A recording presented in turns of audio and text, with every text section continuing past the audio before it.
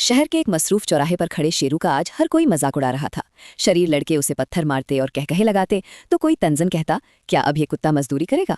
हुजूम की हंसी और जिल्लत आमेज जुमलों ने फिजा को बोझल कर दिया था, लेकिन शेरू ने लड़ने के बजाय खामोशी अख्तियार की। उसने वहां से निकलते हुए अपने दिल में कुछ कर दिखाने का पक्का फैसला कर लिया था। वो सीधा एक जेर तामीर इमारत पर पहुंचा और काम करने वाली टोकरी उठा ली।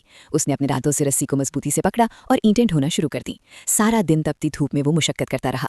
हड्डियां तोड़ देने वाली थकन थी, जिस्म चोर था, मगर उसने हिम्मत न हारी। जब शाम ढली तो मालिक ने उसकी मेहनत देखकर उसे मजदूरी के पैसे दिए।